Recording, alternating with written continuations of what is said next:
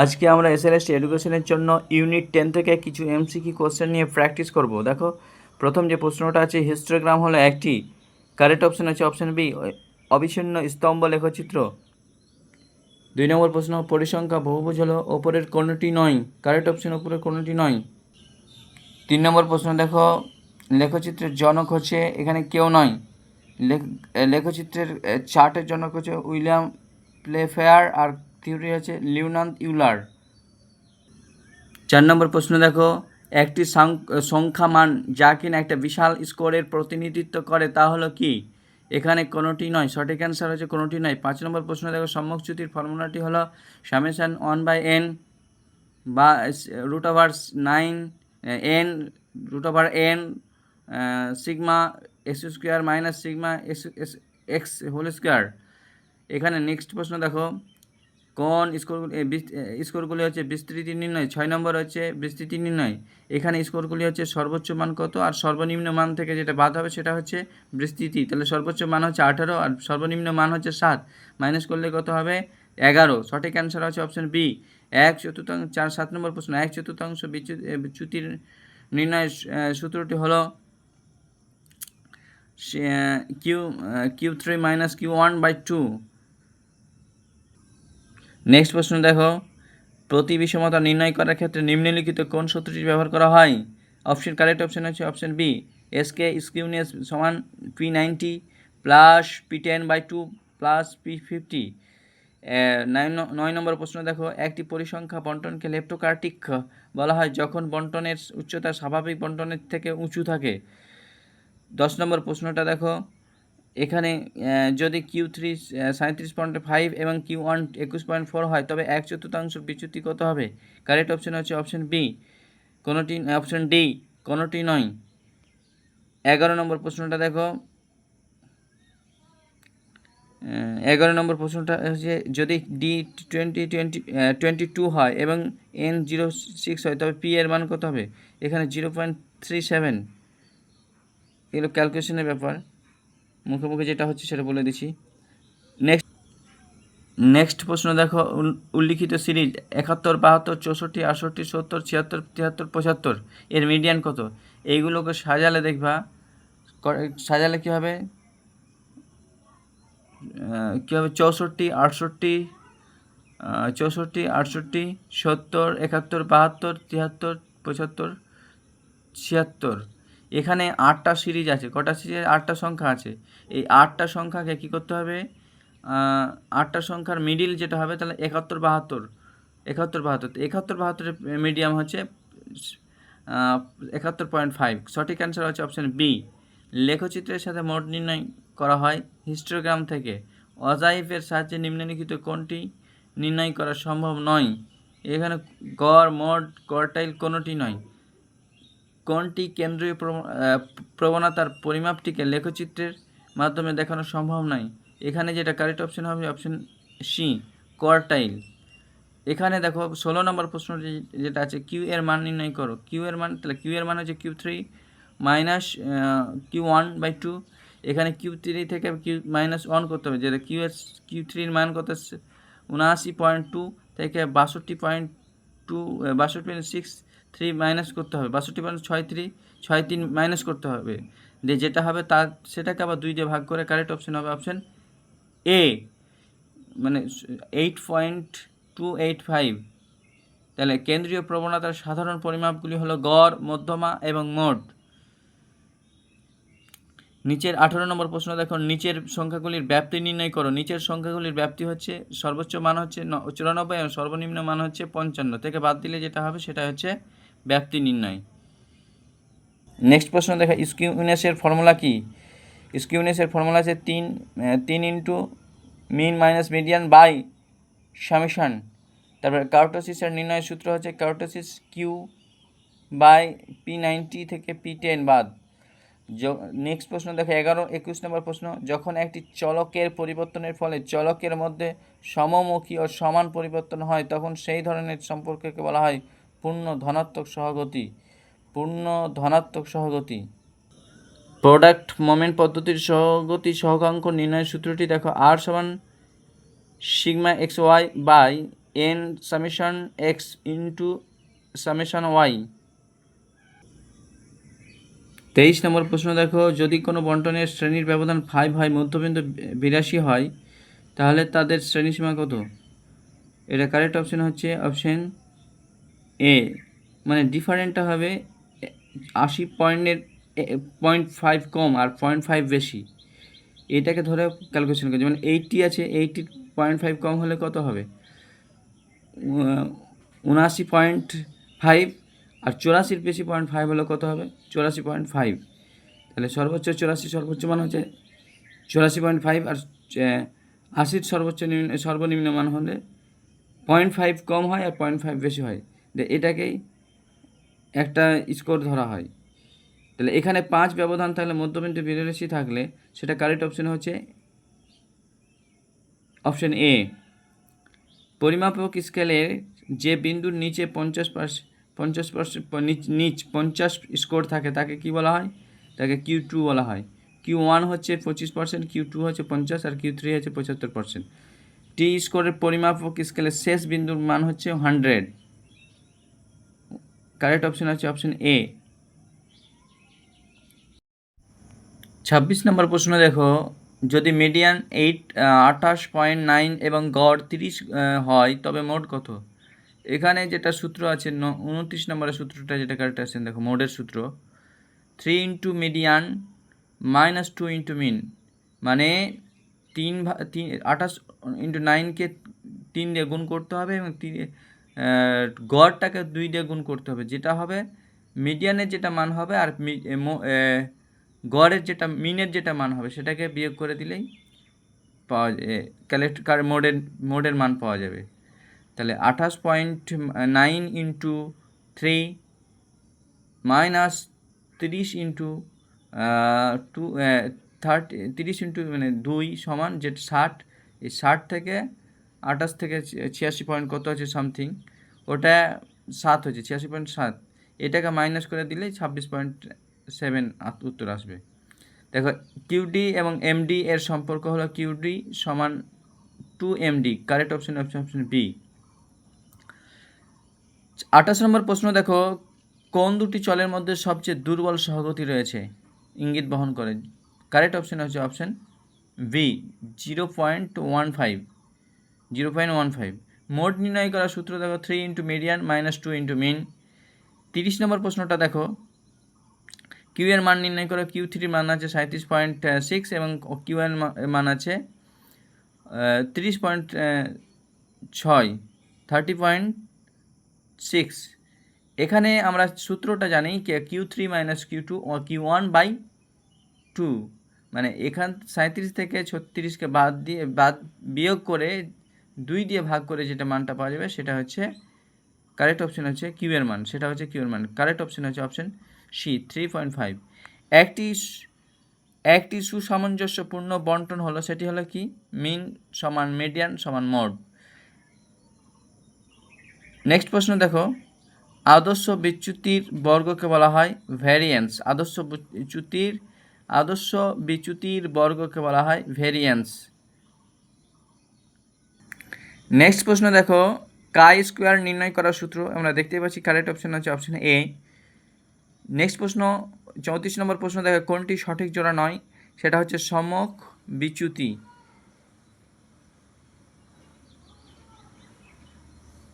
35 নম্বর প্রশ্ন দেখো, একটি মাত্র উদ্দীপকের দ্বারা সৃষ্ট প্রতিক্রিয়াগুলির চরিত্র পরীক্ষা পদ্ধতি হলো মিন। 36 নম্বর প্রশ্ন দেখো, একটি স্বাভাবিক সম্ভাবনার চিত্রের মতো একটি পরিসংখ্যান সংক্রান্ত মডেল হচ্ছে মিন।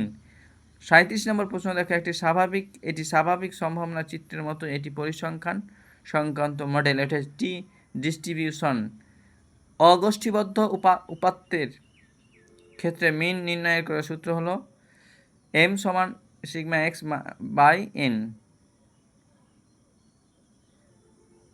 39 নম্বর প্রশ্ন দেখো, যখন কেন্দ্রীয় প্রবণতার মাপ মধ্যমা, তখন বিচ্যুতির কোন পরিসংখ্যা সবচেয়ে উপযুক্ত? এটা হচ্ছে চতুর্থক বিচ্যুতি। কার্টোসিস কথাটি বন্টনের কোন ক্ষেত্রে প্রযোজ্য? মাঝামাঝি স্থানে সবচেয়ে বেশি স্কোর আছে। 41 নম্বর প্রশ্ন, স্বাভাবিক লেখচিত্রের শীর্ষবিন্দু যদি বন্টনের ঠিক মধ্যবিন্দুতে অবস্থান না করে তবে সেই বন্টনটিকে কি বলা হয়? স্কিউনেস যুক্ত। প্রোডাক্ট মোমেন্ট পদ্ধতি কার অবদান? এটা হচ্ছে পিয়ারসনের। পার্সেন্টাইলস সম্পর্ক হলো, কারেক্ট অপশন হচ্ছে সবগুলি। স্কোর, ফ্রিকোয়েন্সি, শতকরা, গোষ্ঠীর মোট সংখ্যা, এগুলো হচ্ছে সবগুলি। 44 নম্বর প্রশ্ন দেখো, 210 জন শিক্ষার্থীর একটি দল কিছু পরীক্ষার অংশ নিয়েছিল। একে 3 অংশ শিক্ষার্থীর গড় হচ্ছে 60, বাকি শিক্ষার্থীর গড় হচ্ছে 78, তবে সমগ্র দলের গড় কত? এটা হবে কারেক্ট অপশন হচ্ছে 72। নেক্সট প্রশ্ন দেখো, এটা ক্যালকুলেশন করতে হবে, আমি ডাইরেক্ট বলে দিচ্ছি, যখন অঙ্ক আসবে তখন অঙ্কগুলো 1 বাই 1 রাশিবিজ্ঞানে যে অঙ্কগুলো তো সেখানে ব্যাখ্যা করা হবে। 45 নম্বর প্রশ্ন, 44, 45, 46, 47 এবং 100 স্কোর পাওয়া 5 জন শিক্ষার্থীর নমুনা থেকে কেন্দ্রীয় প্রবণতার কোন পরিমাপ ব্যবহার করা হয়েছে? এটা মিন মানে গড়। স্কোর পাওয়া 5 জন শিক্ষার্থীর নমুনা থেকে কেন্দ্রীয় প্রবণতার পরিমাপ প্রবণতার কোন পরিমাপ ভালো? এটা হচ্ছে কেন্দ্রীয় প্রবণতার যেটা ভালো সেটা হচ্ছে মিন পরিমাপটা ভালো। বন্টনের স্বাভাবিক ফ্রিকোয়েন্সি বা স্কোরগুলিকে হলো পার্সেন্টাইলস। বন্টনের বন্টনের সর্বাধিক ফ্রিকোয়েন্সি বা স্কোরকে বলা হয় পার্সেন্টাইল। এটা স্বাভাবিক সম্ভাব্যতা বক্ররেখা কার্টিক হলো, এটা হচ্ছে kurtosis greater than 0. Less than kurtosis থেকে লেস দেন 0.263, এটা হচ্ছে লেপ্টোকার্টিক। Kurtosis greater than 0.263 লেপ্টোকার্টোসিস। 47 নম্বর প্রশ্নের পরিপ্রেক্ষিতে একটু বলি যে লেপ্টোকার্টোসিস, মেসোকার্টিক্স আর হচ্ছে প্ল্যাটিকার্টিক্স, এই 3 ধরনের কার্টিক্স হচ্ছে যেটা মিডিয়াম মেসো, এটা হচ্ছে নর্মাল, হ্যাঁ সেটা হচ্ছে নর্মাল। আর যেটা হচ্ছে উঁচুতে থাকবে সেটা হচ্ছে লেপ্টোকার্টিক, আর সেটা নিচু মেসোর ওপরে আছে লেপ্টোকার্টিক্স আর মেসোর নিচে আছে প্ল্যাটিকার্টিক্স।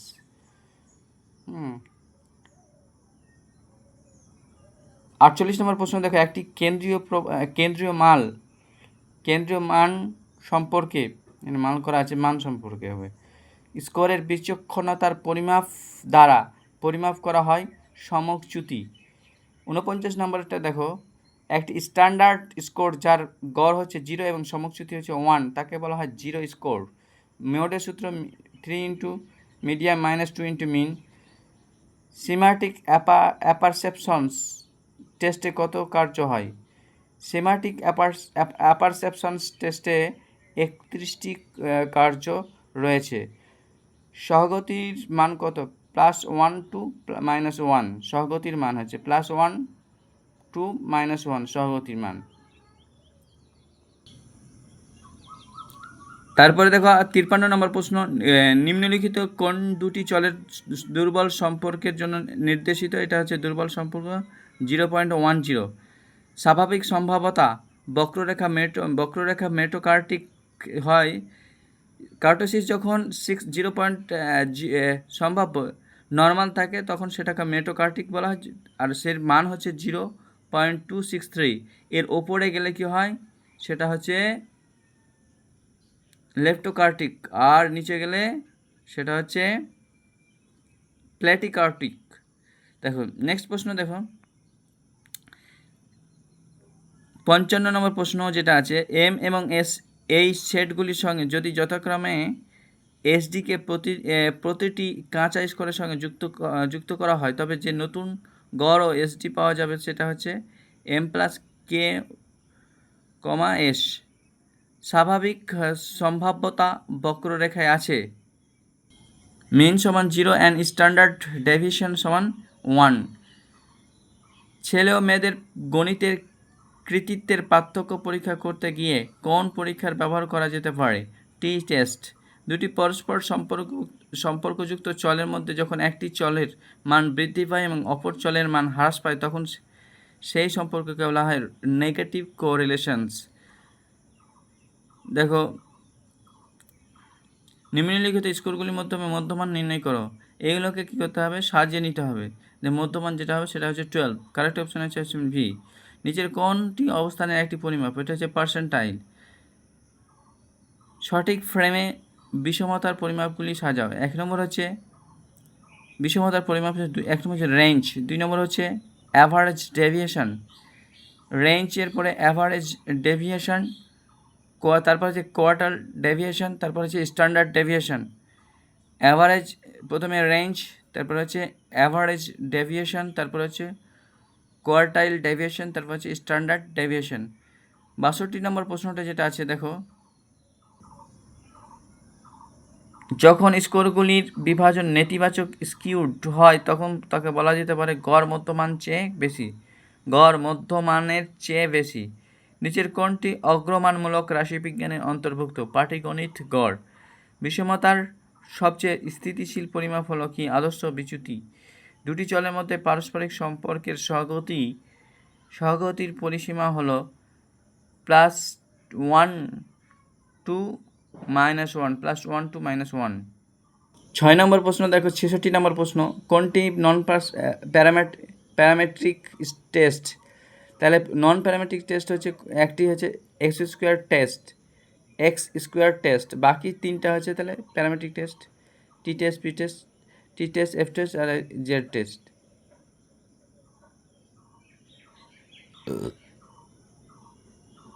গবেষণা পরিস্থিতিতে নন প্যারামেট্রিক রাশিবিজ্ঞান ব্যবহার করা হয় নামসূচক তত্ত্ব। কী বলা হয়?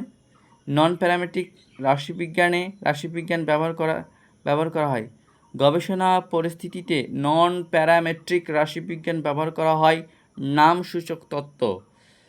বলছে কোন গবেষণা উপকরণ বা কৌশল কোনো উপজাতির সাংস্কৃতিক এবং সামাজিক দিকটার গভীরতা উপলব্ধি করার জন্য প্রশংসা করা হয়? অংশগ্রহণকারীর পর্যবেক্ষণ। যদি গবেষণা করা নামগুলি অধ্যয়নের জন্য নেওয়া নির্দিষ্ট নমুনার বৈশিষ্ট্যাবলী ব্যাখ্যা করতে ব্যবহৃত হয় তবে সেই রাশিবিজ্ঞানকে বলা হয় বর্ণনামূলক রাশিবিজ্ঞান। 70 নম্বর হচ্ছে প্রশ্ন, বৈজ্ঞানিক গবেষণায় চলকের মধ্যে গোষ্ঠীটি পরিমাপগতভাবে নির্দেশিত হয়, এটা গুণাঙ্ক। তারপরে প্রশ্ন দেখো, দুটি চলের মধ্যে স্বাভাবিক দ্বৈতত্ব উপস্থিত থাকে তবে নিম্নলিখিতের মধ্যে কোনটি সম্পর্ক উপযুক্ত? Point biserial correlation. একটি সাধারণ বিভাজনে কেন্দ্রীয় প্রবণতার 3টি পরিমাপের অবস্থান কি? গড় মধ্যমান থেকে উচ্চতর, মধ্যমান ভূইষ্ঠকের চেয়ে কম, এ বি উপরে সবগুলি ঠিক। দেখো 73 নম্বর প্রশ্নটা দেখো, স্কোরগুলির একটি সেটের গড় এবং আদর্শ বিচ্যুতির যথাক্রমে 50 এবং 10। যদি প্রতিটি স্কোর 3 করে বাড়িয়ে দেওয়া হয় তাহলে নতুন গড় ও আদর্শ বিচ্যুতি হবে। কারেক্ট অপশন হচ্ছে অপশন সি, 53,10। এমসিকিউ পরীক্ষায় 50টি টেস্ট আইটেম আছে যার গড় হচ্ছে 0.48 এবং মানসহ একটি সংকীর্ণ পরিসরে আইটেম তত্ত্বের অসুবিধার মানগুলি শিক্ষার্থীদের পরীক্ষার প্রকৃত সহগতি হিসাবে প্রদান করে 0.86। নেক্সট প্রশ্ন দেখে, একটি নমুনা বিভাজনে n সমান এত, n সমান 309, m সমান 60 এবং SD সমান 12। যদি স্কোরগুলি এত ওর ওপরে নেমে আসে তবে তার মান কত হবে? তার মান কারেক্ট অপশন হচ্ছে অপশন এ, 252। একটি সাধারণ বিবর্তনে 17 স্কোর করা শিক্ষার্থীদের পার্সেন্টাইল র্যাঙ্ক হয়। কারেক্ট অপশন হচ্ছে অপশন এ, 16।